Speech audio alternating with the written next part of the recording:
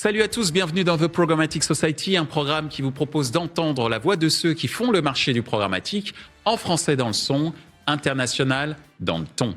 Une émission soutenue par Webedia et exceptionnellement tournée dans leur magnifique studio ici à Levallois, avec pour partenaire média 100% média et partenaire opérationnel Adlearn Media. Ce contenu est comme d'habitude accessible en podcast sur les principales plateformes d'écoute.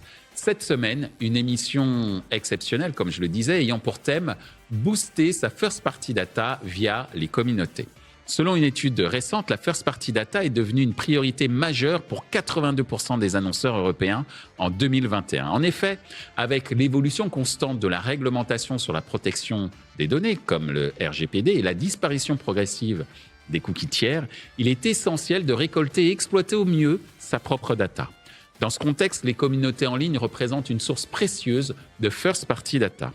Selon une étude menée par McKinsey en 2020, les entreprises qui parviennent à créer des communautés actives et engagées autour de leur marque peuvent augmenter leur chiffre d'affaires de 15 à 20%. De plus, les entreprises qui mettent en place des programmes de fidélité innovants en impliquant directement les membres de leur communauté constatent une augmentation significative de la qualité et de la quantité de leur first party data. Selon une étude de Capgemini, 77% des Français sont prêts à partager leurs données personnelles en échange de récompenses ou d'expériences personnalisées. Pour répondre à notre thème du jour, nous demanderons à nos invités qu'est-ce qu'une communauté ? En quoi les communautés en ligne sont-elles un levier puissant pour collecter des données first party de qualité ? Et enfin, comment créer et gérer efficacement une communauté en ligne pour maximiser la collecte de données first party. Pour en discuter, Caroline Duret, directrice générale adjointe Webedia, Paul Boulanger, CEO de Starcom, CEO de Spark et CEO de Publicis Media Content, Raphaël Demnard, directeur général Webedia Creators Communities, CRM. Ravi de vous retrouver dans les studios de Webedia. Ce ne sont pas les studios habituels de The Programmatic Society, mais merci à l'ensemble des équipes de Webedia pour nous permettre de faire cette émission spéciale également avec les équipes, une partie des équipes de Webedia autour de la table. Bonjour Caroline. Bonjour Michel. Bonjour Raphaël. Bonjour Michel. Vous faites partie de l'équipe Webedia dont je parlais à l'instant. Et bonjour Paul. Enchanté Michel. Tu représentes la communauté des agences aujourd'hui dans cette émission. Je vais essayer humblement. Et en plus, c'est une première pour vous trois, puisque c'est la première fois que vous êtes dans The Programmatic Society. Et on va parler ensemble d'un sujet assez crucial et assez novateur, puisqu'on va parler des communautés qui sont là pour booster cette fameuse first party data dont on parle énormément, bien sûr, sur le marché. Et Raphaël, première question, est-ce que tu peux nous définir ce qu'est une communauté ? Absolument, parce que c'est vrai que c'est le point de départ du sujet d'aujourd'hui. Donc une communauté, c'est quoi ? C'est des personnes qui sont regroupées autour d'un point de passion commun, et qui vont interagir entre elles, qui vont communiquer, qui vont partager. Et l'idée, c'est, sur la base d'une affinité commune et partagée, encore une fois, d'aller chercher ces personnes qui ont un point de passion commun et de les engager, en tout cas, au titre de différentes activations qu'on peut leur proposer. Alors justement, tu viens de parler d'interaction, de communication, de partage, donc ça veut dire énormément d'engagement et donc effectivement une information très importante, voire même très précieuse pour les agences et les annonceurs. De ton point de vue, Caroline, en tant qu'éditeur, en quoi les communautés en ligne sont vraiment un levier puissant pour collecter de la donnée first party, on va dire, de qualité ? Alors, le sujet des communautés et de la first party, c'est un sujet qu'on connaît bien chez Webedia, pas par le prisme de la first party au sens CRM du terme. On n'a pas vocation à collecter des adresses email. On est sur des éditeurs qui produisent du contenu sur de la trust brand, donc on n'est pas un site retail. En revanche, ce sont des sujets qu'on connaît bien sur deux leviers. Le premier, c'est déjà par le prisme de nos médias, puisque nos médias engagent des communautés et des passionnés. Donc, on travaille sur des points de passion. Points de passion liés à des cinéphiles, sériphiles par le prisme d'Allociné, des communautés hardcore gamer aux casual gamer par le prisme de jeuxvideo.com et MGG, des food lovers par le prisme de 750 grammes. Donc on a pas mal de communautés comme ça. Donc ça, c'est déjà un levier qui est important. Et puis on peut rentrer même encore plus en granularité parce qu'on peut aller même sur des communautés de gens passionnés même au travers de cinéphiles, sériphiles. C'est le cas de Harry Potter, de Stranger Things, sur la partie série, des Marvel, etc. C'est la même chose sur la partie food. On a même des gens très engagés sur des sujets alimentaires alternatifs. Donc les véganes, les veggies, les flexis, les gens qui ne mangent pas de porc, les gens qui ne mangent pas de lait de vache, etc. La même chose sur la partie du gaming. On peut aller très très loin sur des gens qui consomment uniquement des jeux sur PC, des jeux sur Zelda, du Mario. Voilà. Donc ça, ce sont déjà des communautés qui sont hyper engagées. Et c'est par ce prisme-là, d'ailleurs, qu'on a travaillé. On en parlera peut-être avec Paul tout à l'heure, qui représente donc aussi le compte de McDonald's. McDo a fait un énorme partenariat avec Emily in Paris. Et donc, on a utilisé Allociné et tout l'environnement d'Emily in Paris pour travailler des communautés hyper engagées et faire un transfert de valeur fort entre McDo et Emily in Paris, puisqu'il y avait ce partenariat qui était existant. Donc ça, c'est la première façon de traiter les communautés, c'est déjà par le prisme de nos médias qui sont des communautés et des gens passionnés. Le deuxième, c'est par le prisme en fait, qui est un peu le cœur de métier d'ailleurs de Webedia et le cœur de métier historique. On fait de la production de contenu incarnée par des talents et des experts ou des journalistes et amplifiée sur nos médias. Et donc ça, c'est un modèle qu'on a twisté pour répondre à un sujet qui est le consumer voice. On est tous sensibilisés à ce sujet. À chaque fois qu'on achète un produit ou on veut faire appel à un service, qui plus est pour la première fois, on va d'abord se renseigner sur les avis, Google, etc., pour savoir ce que disent les gens de ces produits. Nous, on utilise en fait ces consommateurs, ces consommateurs même, on pourrait dire, ce sont des gens comme vous et moi, qui ont la faculté de pouvoir s'exprimer sur un sujet avec beaucoup de crédibilité. Et ça, ils le font en on et offline. En online, c'est par leur réseau proche de gens qui les entourent, donc a priori des gens en qui il y a une fiabilité et une confiance absolue. Et par le prisme du offline, c'est le bouche à oreille. Et donc, c'est comme ça qu'on traite aussi ce sujet des communautés.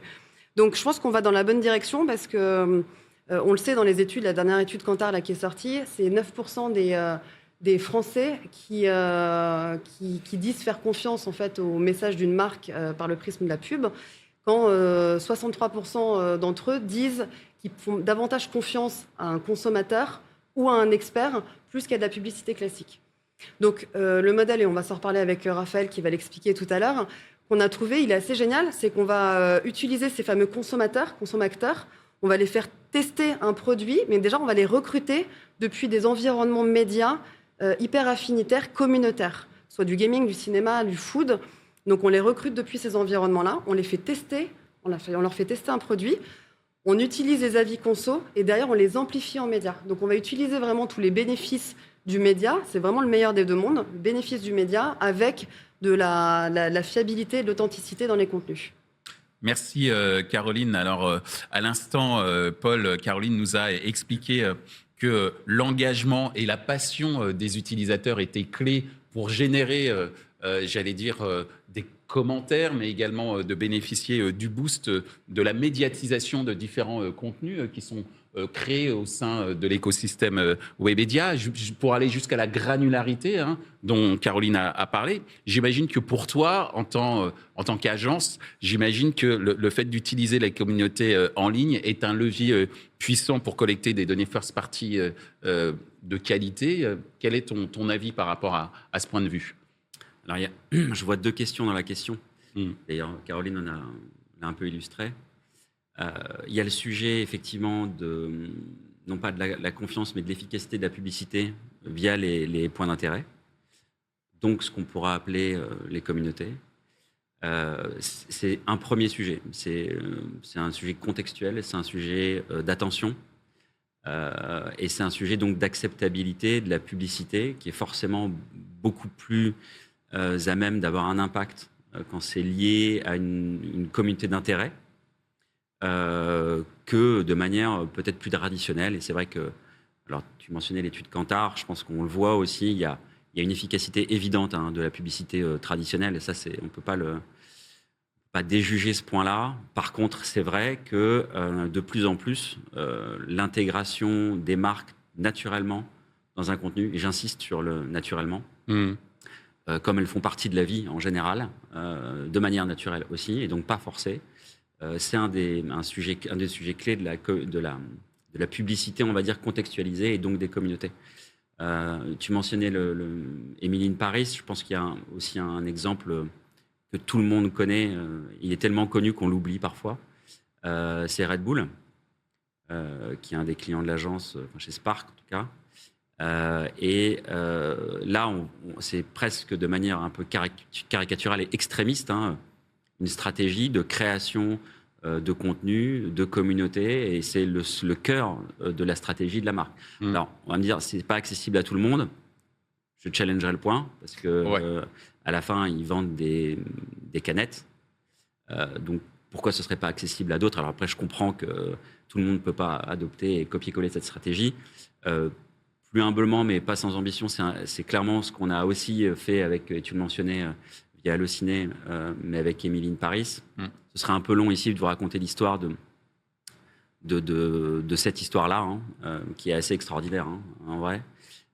Mais je pourrais résumer ça de la manière suivante. On a, pour un objectif qui est un objectif marketing, c'est-à-dire appuyer et insister, en tout cas faire connaître et rendre crédible et légitime la francité de McDo et sa dimension locale, on a été chercher une histoire dans laquelle on a apporté un élément narratif.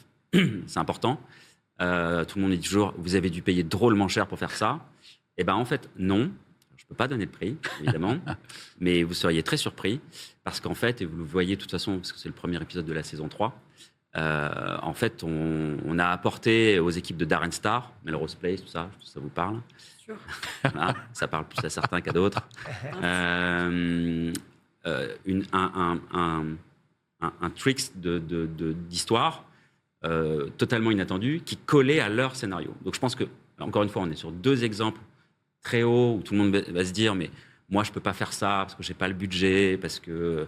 Oui, mais la créativité est aussi au service des gens qui n'ont pas d'argent, si je puis me permettre. Exactement. C'est pour ça que je disais que, contrairement, parce que quand on est dans McDonald's, Emily in Paris, Netflix, etc., on se dit toujours que c'est très cher. Pas du tout. Ouais. Donc, en fait, le résumé de tout ça, c'est juste de dire que, et pour répondre à votre question, oui, les communautés et l'intégration des marques dans les communautés, c'est un élément certainement à la fois actuel et très certainement d'avenir dans la manière d'intégrer des marques. Savoir si c'est un levier de data catching en tant que tel, je ne suis pas sûr. Je dis pas que c'est pas efficace. Ça l'est certainement beaucoup plus que plein d'autres choses, c'est sûr et certain. Mais tout le monde n'est pas... tous les annonceurs ne sont pas égaux face au data catching, face à l'intérêt de la first party. Là, on comprend bien qu'avec le cookie-less, tout le monde est en course vers la donnée first party, mais c'était aussi le cas il y a 20 ans avec les programmes CRM de toutes les marques qui, on va dire, ont plus ou moins bien marché, ce qui est un ratio entre combien ça coûte et ce que j'en fais. Donc, moi, je pense que le premier sujet qui est l'intérêt des communautés et du contextuel pour créer une attention à la marque impactante, oui, à 200%, et certainement encore beaucoup plus à l'avenir. On a plein de choses dans les tuyaux, j'espère que vous verrez ça bientôt, à peu près du même niveau qu'Emily in Paris, ce qui prouve bien qu'il y a quand même un intérêt, je dis d'ailleurs à tous les annonceurs qui veulent le même truc qu'Emily in Paris, que ce n'est pas possible, ce n'est pas souhaitable, on fera autre chose, je sais parce que tout le monde le demande. Néanmoins, la démarche est bonne. Après, sur la dimension data catching, moi j'ai l'impression que c'est un sujet ancien, c'est normal qu'il revienne là, je le comprends très bien, mais il faut le faire intelligemment. C'est-à-dire que si on utilise uniquement des communautés pour faire du data catching sans axe de générosité, c'est-à-dire ce que tu disais tout à l'heure, de transfert de valeur, qu'est-ce que moi, en tant que marque X, j'apporte à cette communauté comme valeur, et donc éventuellement en échange, j'en espère quelque chose.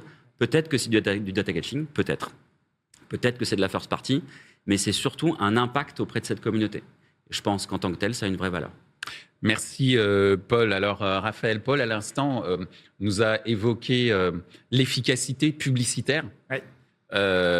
Je voudrais retenir ce mot efficacité pour cette fois-ci parler de l'efficacité de la création et comment créer et gérer efficacement une communauté en ligne pour maximiser la collecte de données first party, même si tu as entendu à l'instant que Paul était un petit peu sceptique, ou en tout cas se posait des questions, plus qu'un scepticisme, se posait des questions sur la capacité en termes d'attraction d'informations via la first party Je pense qu'en sur effet, les communautés. Ce qui est important de souligner, c'est cette capacité que vont avoir les marques à se mettre dans un modèle de réciprocité. C'est-à-dire qu'attirer des consommateurs et des communautés, c'est bien. En effet, quelles promesses je leur fais derrière pour les animer? On le disait dans la définition, c'est des gens qui vont interagir, qui vont s'exprimer. Nous, on le voit régulièrement parce qu'au sein des communautés qu'on engage, on a beaucoup des sujets de rating and reviews, comme on a parlé Caroline. Donc, c'est à quel moment est-ce que j'arrive à inciter mon consommateur à donner du temps, à donner de l'information, à donner une vision. Et nous, en effet, on appelle ça des consommateurs, des ambassadeurs, des early adopters, qui sont des gens qui ont cette capacité et cette volonté première de s'engager aux côtés des marques, qu'elles apprécient, et pas pour une raison pécuniaire ou quoi que ce soit, mais juste dans l'intérêt d'accompagner les marques. Donc il y a tout cet enjeu-là. En effet, c'est qu'est-ce que moi, en tant que marque, jusqu'où je suis prêt à aller. Et donc c'est vrai que nous, chez Webedia, en fait, on part de notre capacité technologique à embaser des communautés, parce qu'on a un savoir-faire qu'on a intégré chez Webedia en 2018, qui est la solution Sampléo, initialement, en l'occurrence, moi j'ai créé en 2010, qui est la capacité d'agréger du consommateur, Caroline en parlait, devant des personnes comme vous et moi, dans leur capacité à activer 2 leviers de prescription, le offline et le online. Donc nous, on a cette technologie qui nous permet d'identifier les personnes, de les embaser et surtout derrière de les animer. Et l'autre métier principal, c'est ces communautés affinitaires par verticale qu'ont développé Webedia. Et en fait, en réunissant cette expertise technologique et cette expertise affinitaire média verticalisée, on a créé un projet qu'on a appelé Communities, qui est de dire, sur 750 grammes, comment est-ce que je crée une passerelle entre des food lovers et mon site 750 grammes, où aujourd'hui, que font les personnes? Ils viennent consulter de la recette, éventuellement la commenter, éventuellement en poster. Et comment est-ce que je vais plus loin derrière avec eux? Comment est-ce que je leur propose du couponing de marque? Comment est-ce que, sur la partie flexitarien, par exemple, comment est-ce que je les accompagne dans la meilleure compréhension c'est le fameux transfert de valeur dont parlait Paul tout à l'heure. Exactement. C'est comment est-ce que j'arrive à les accompagner? Donc l'idée, c'est 1, je crée ma promesse. 2, je crée mon réceptacle, donc ma communauté. En l'occurrence, si je garde cet exemple de communauté food sur 750 grammes, on a créé un espace qui s'appelle le Club 750 grammes, qui vient donc du coup être un réceptacle de communauté food lover sur lequel en effet on va interagir, on va collecter de l'insight, on va collecter de l'information et on est en capacité aujourd'hui d'aller mixer de la data socio-démo assez classique, HX, CSP, nombre d'enfants, etc. qu'on va mixer avec de l'habitude de conso, du contextuel, de fréquence d'achat, marque préférée, enseigne, etc. Et derrière, aller avec eux, on va finir l'entonnoir en disant, nous, on va s'engager avec vous sur telle typologie de programme. On va attendre de vous d'aller créer la recette de demain, de la partager. Et en effet, pour finir, pour dérouler la pelote de laine jusqu'au bout, c'est que le métier de Webedia d'être un producteur de contenu incarné par des influenceurs, c'est que ça nous permet aussi d'aller amplifier ce contenu-là, d'aller y apporter de la résonance et de la puissance. Merci Raphaël. À l'instant, tu parlais de résonance, de puissance, et j'allais dire que c'est aussi un peu le rôle à travers les dispositifs que tu proposes, Caroline, de justement travailler sur cette amplification du dispositif qui est mis en place via les communautés. Quels conseils tu pourrais donner pour créer efficacement une communauté en ligne et maximiser la collecte de données first party? Mon Dieu. Qu'est-ce que je peux donner comme conseil? Déjà, c'est un travail de longue haleine. Halluciné fête ses 30 ans aujourd'hui. Donc, si on prend juste l'exemple des... Le temps passe vite. Oui, ça a commencé sur Minitel. De quoi? Ouais, c'est pareil que Melrose Place. Tu vois, c'est la même. Ouais, c'est la même. Donc, on ne crée pas des communautés comme ça. C'est pareil pour jeuxvideo.com. Enfin, on se parle de food, etc. On ne crée pas une communauté from scratch du jour au lendemain. Donc, oui, il y a des communautés de passionnés qui existent, qui sont éphémères. Et les maintenir sur la durée, c'est quand même un sacré challenge. Donc oui, on peut le faire, on le voit sur les réseaux sociaux. Il y a des marques qui naissent de manière native, qui montent des communautés très affinitaires, des points de passion forts. Mais le faire sur un média comme on l'a fait, je ne suis pas certaine qu'on puisse le faire du jour au lendemain. Donc, ne vous hasardez pas à ce genre d'exercice. C'est risqué. Très bien, merci Caroline. Alors Paul, tout à l'heure, tu évoquais une sorte de revival en termes d'état d'esprit par rapport au CRM et tu faisais une sorte de relation entre cet engouement pour la first party data et le CRM il y a quelques années. De par ton observation, comment tu conseillerais aux annonceurs de créer, ou en tout cas de s'adosser à un partenaire comme Webedia, par exemple, pour créer et gérer efficacement une communauté en ligne, bien sûr, en vue de maximiser la first party data? Je dirais qu'il y a quand même deux manières de le faire. J'espère qu'il n'y en a que deux, mais il y en a certainement plus. Enfin, en tout cas, j'en vois deux. Pour ça, je prendrais la fameuse pyramide de Maslow.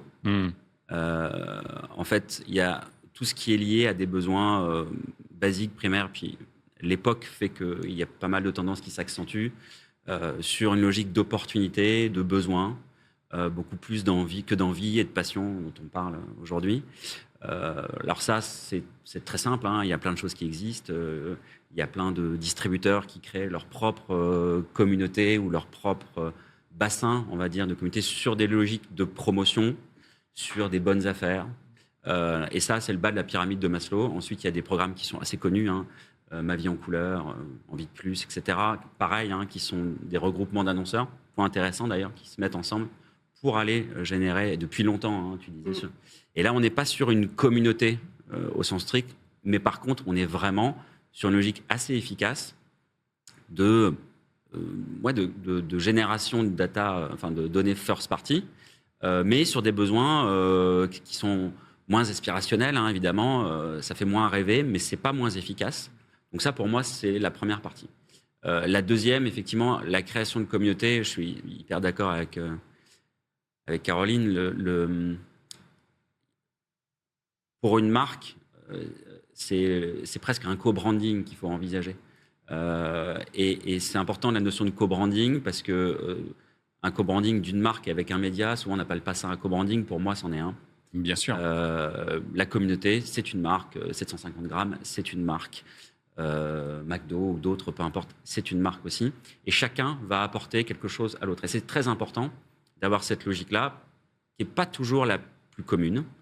Souvent, la marque se demande ce que la communauté va bien pouvoir lui apporter, sans se poser la question de savoir ce qu'elle apporte à la communauté. Toujours ce fameux transfert de valeur. Exactement. Et c'est exactement... Alors là, on est sur du contenu, etc. C'est la même logique que Made in Paris. On ne serait pas allé faire du placement produit. Ça existe par ailleurs. Hein. C'est super, le placement produit. Mais ce n'est pas du tout la même logique. C'est qu'est-ce qu'on apporte à un contenu. Et du coup, ce n'est pas le même rapport. C'est deux marques. C'est ce qu'on appelle, dans le langage moderne, une collab. Moi, je vois ça comme une collab. Et là, peut-être que ça peut avoir un effet, mais il va être naturel, l'effet de first party data collecté. Il ne faut pas que ce soit un truc forcé. Ou alors, et là, on est un peu plus haut dans la pyramide de Maslow, évidemment. On est sur des points d'intérêt ou des points de passion, carrément. Donc, c'est très attractif. Mais ça ne joue pas que sur la donnée first party. Je pense que ça joue sur plein de dimensions qui sont très différentes, comme le top of mind, la préférence, la considération, essentiellement d'ailleurs. Et je verrais vraiment ces deux axes-là. Alors justement, c'est intéressant que tu parles de collab, parce qu'aujourd'hui, justement, dans le monde de la data, on parle de plus en plus de data collaboration pour les puristes, seconde partie data.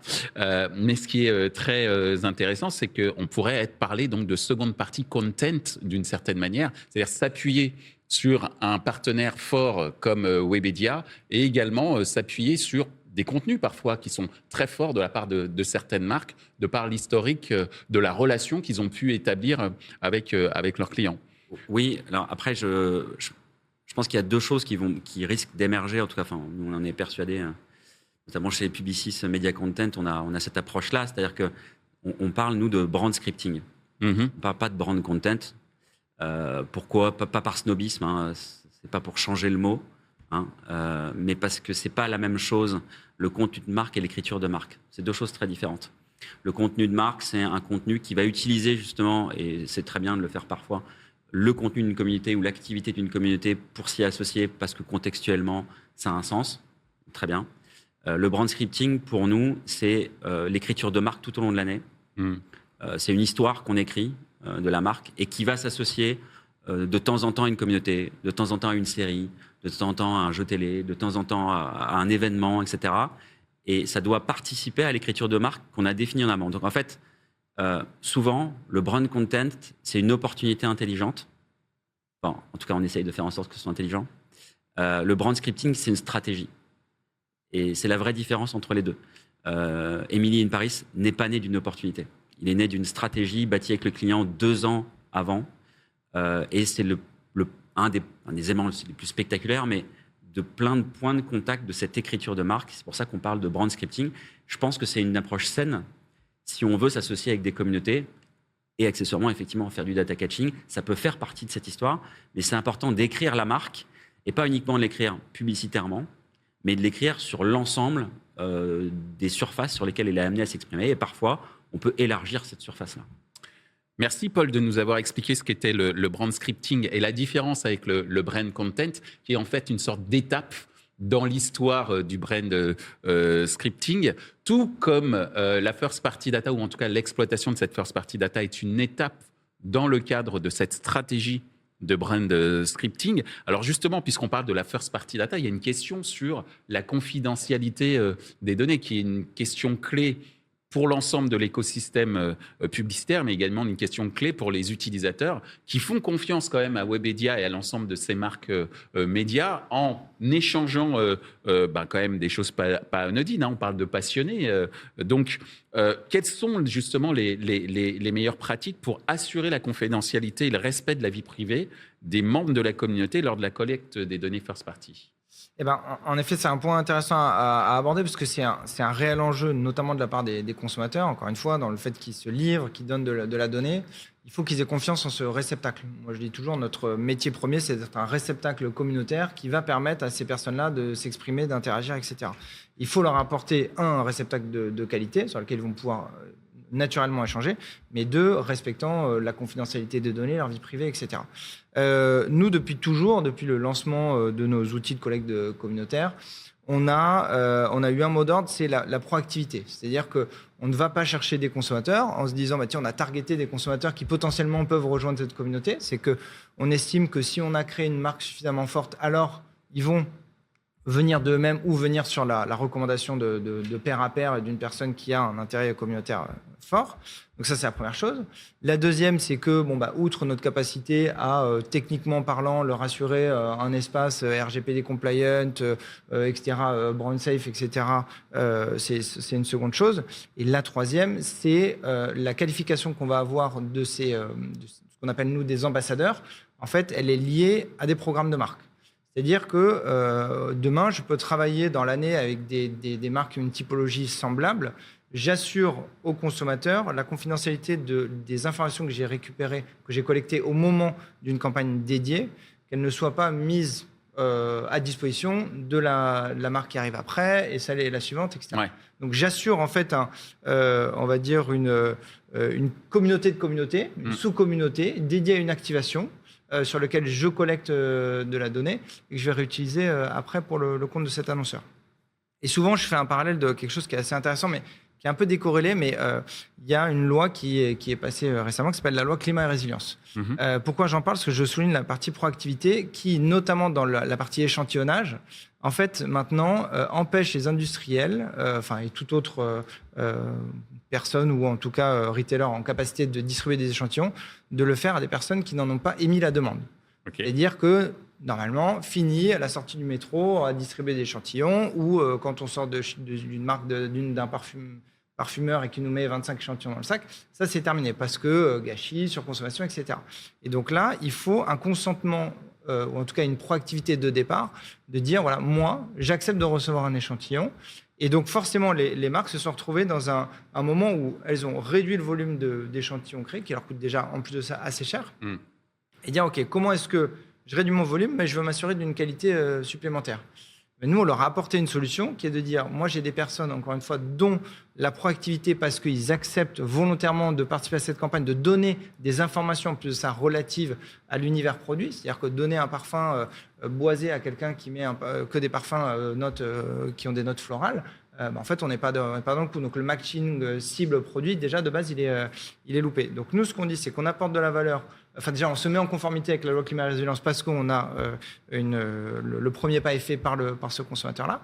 En plus de ça, on qualifie le consommateur au moment de sa proactivité, de dire, en fait, je t'aiguille vers ce produit ou plutôt que l'autre. Et en plus de ça, on a la capacité d'interagir encore une fois avec lui, de dire, en plus, tu as essayé le produit, qu'est-ce que tu en penses? Est-ce que tu es prêt à le racheter? Est-ce que tu es prêt à le recommander, etc. Donc, en plus de ça, on enrichit le parcours et la donnée.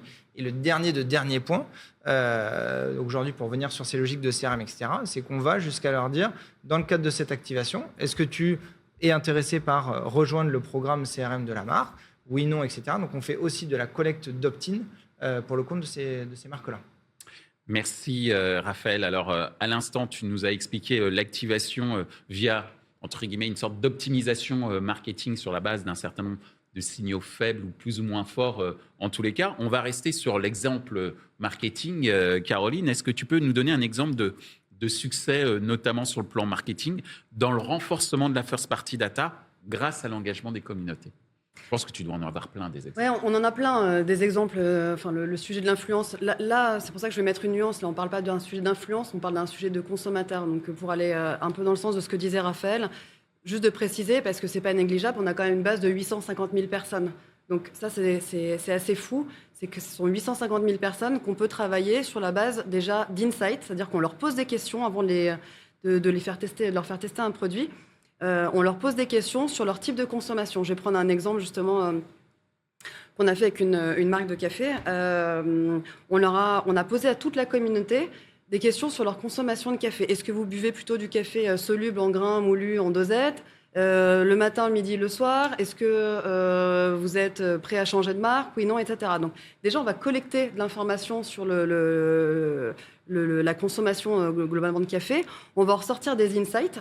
On va pouvoir faire de l'inclusion ou de l'exclusion de communauté. C'est-à-dire que la marque peut très bien dire, moi, je veux toucher uniquement les gens qui sont déjà habitués à toucher ma marque, enfin à consommer ma marque, mais j'ai un nouveau produit, donc je voudrais pouvoir avoir un fil conducteur et tirer le trait jusqu'à ce nouveau produit. Ou nous dire justement, moi, je veux toucher tous les gens qui ne consomment pas ma marque aujourd'hui ou qui ne consomment pas ce type de produit soluble en grains, moulu ou en dosette. Donc ça, c'est déjà assez génial. Et ça, on l'a travaillé en plus sur une base communautaire, dans le sens où on a réuni les coffee addicts. On les a travaillés donc, par verticale. Et derrière, on a su en plus travailler une stratégie d'influence transverse. C'est-à-dire que, on a travaillé sur des avis consommateurs auprès de cette base. Ce qui fait que quand on a envoyé les paillettes avec des gros influenceurs qui ont... donner leur avis de manière plus inspirationnelle, les avis conso étaient déjà installés. D'accord. Et ensuite, on a travaillé sur des experts déco, archi, food, etc., qui sont très branchés dans l'univers du café. Donc, on a vraiment une stratégie qui est, j'installe les ratings and reviews, avis conso, ce qui rassure quand on envoie les paillettes avec les gros influenceurs. Et ensuite, on vient spreader avec des experts qui viennent rassurer. Donc ça, c'est vraiment des stratégies de marque, en plus en influence, qui sont à la fois communautaires et à la fois de médias et amplification.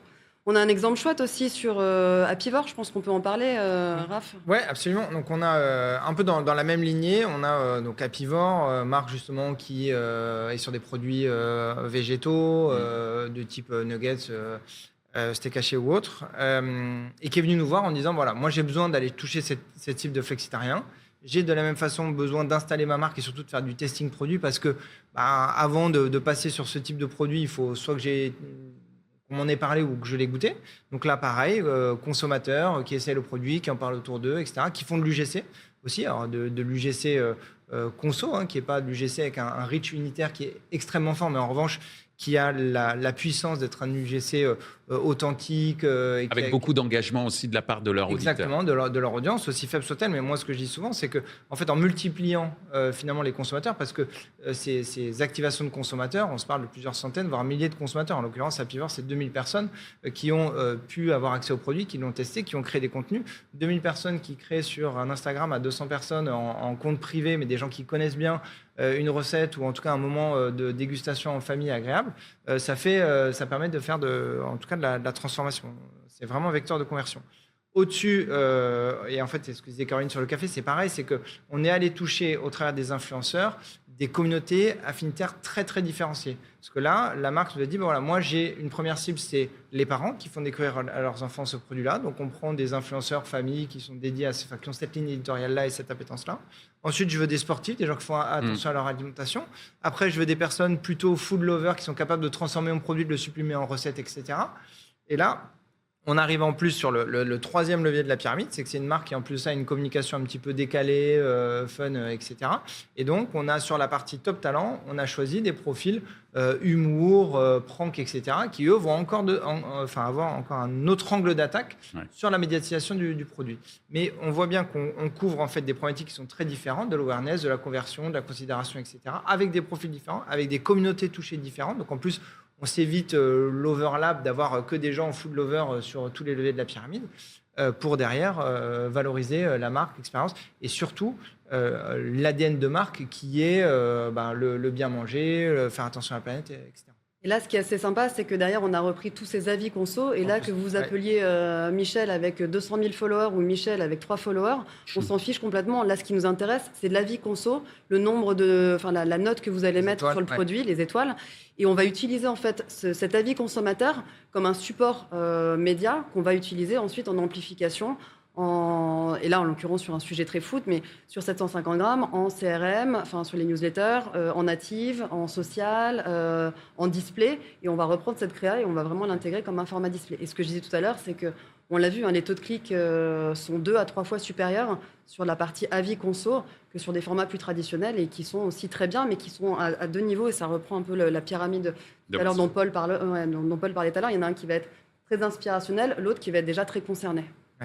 Ce que je note sur ce que vous avez évoqué à travers vos exemples, c'est, après j'ai peut-être tort, mais ce que j'ai compris, c'est en fait granularité d'audience égale granularité de contenu et même de dispositif est égale également à granularité dans l'amplification qui peut être donnée à ce type de dispositif. J'ai compris ? Ouais, c'est exactement ça, parce que tu vois, pour reprendre l'exemple des flexitariens, si demain tu fais du carpet bombing sur que des foods, sur un site de food, tu as une déperdition qui est énorme. Ouais. Alors que si tu te concentres sur des communautés, c'est beaucoup plus affinitaire et plus granulaire. Et donc, a priori, tu as une performance qui est bien meilleure. Merci Caroline. Paul, on va terminer avec toi sur cette dernière question autour des exemples de succès. Tu nous en as déjà donné quelques-uns. On a parlé de McDo notamment. Est-ce que tu peux nous donner d'autres exemples qui, sur le plan marketing, ont montré que le renforcement de la first party data, grâce à l'engagement des communautés, ça pouvait dire performance en termes publicitaires et d'efficacité marketing? Très vite fait, il y a une opération qui me vient en tête qui était plutôt un succès sur Twitch avec Apéricube. Alors encore une fois, on va trouver des marques qui ont une résonance toujours un peu sympathique pour les consommateurs, qu'ils soient consommateurs ou pas. Tout le monde a en tête Apéricube à plein de niveaux. C'est un petit côté Madeleine de Proust, donc c'est aussi un peu facile de rassembler autour. Alors ça peut être bas de la pyramide de Maslow, parce que c'est pas non plus un produit incroyable à la base, mais il y a tout un univers autour de ça. Même Pierre Ninet l'a évoqué dans LOL. Je ne sais pas si vous avez vu LOL. Tout à fait. Voilà, et on y était pour rien.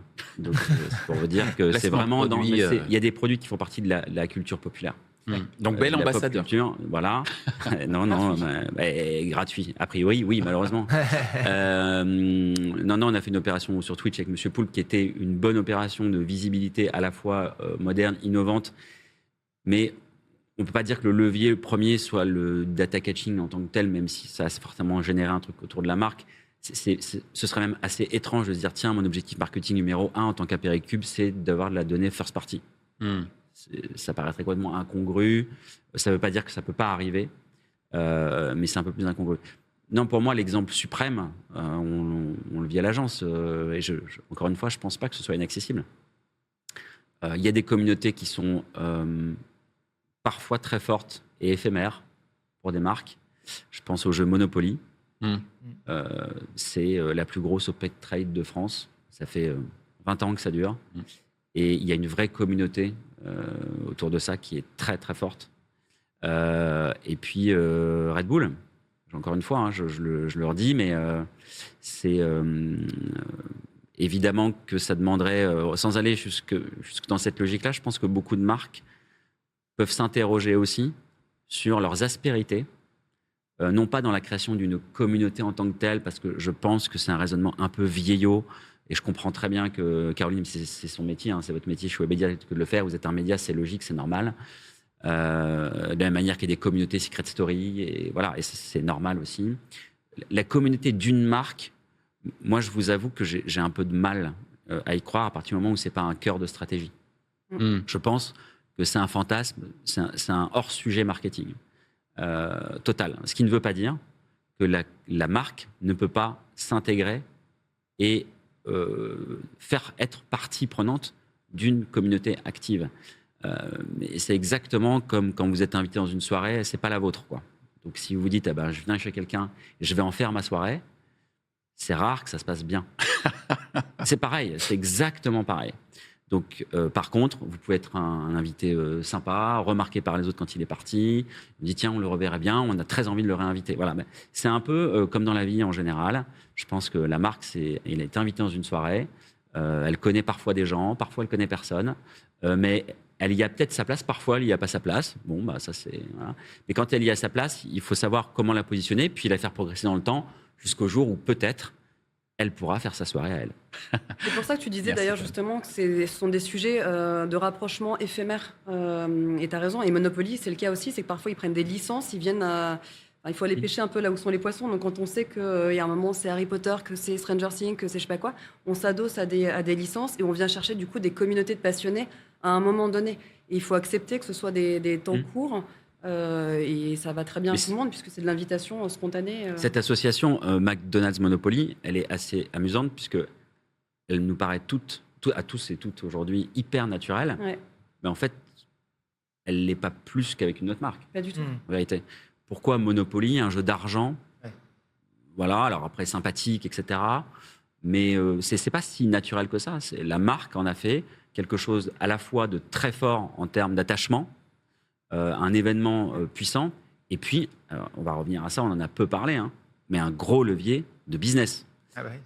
Et ça, je pense que les données, c'est bien, mais à la fin, l'objectif, c'est de faire du business et de générer de la fréquence, de la commande, etc. Si c'est par la donnée first party, c'est super. Si c'est pas par la donnée first party, c'est bien aussi. Merci Paul. Merci Raphaël. Avec plaisir. Merci Caroline. Michel. Ça m'a fait plaisir de vous voir pour cette première au sein des studios de Webedia pour The Programmatic Society. Donc, merci aussi de nous avoir invités, non pas à une soirée, mais en tout cas, nous avoir invités à comprendre les enjeux autour de la création de communautés au travers de la first party data, mais surtout booster cette first party data via l'engagement, via la passion aussi des membres des différentes communautés que chez Webedia notamment, vous pouvez créer pour générer du business, Paul. C'est quand même pour ça qu'on bosse. Exactement. Merci à vous. Merci encore. Merci. Ainsi s'achève ce programme The Programmatic Society dédié aux communautés génératrices de First Party Data. Merci pour votre écoute et merci pour votre attention. Cette émission est accessible sur l'ensemble des plateformes d'écoute. Merci également à Webedia pour leur soutien ainsi qu'à nos partenaires médias 100% médias et partenaires opérationnels Adler Media. Merci également à l'ensemble des équipes de Webedia Prod pour la réalisation de ce programme.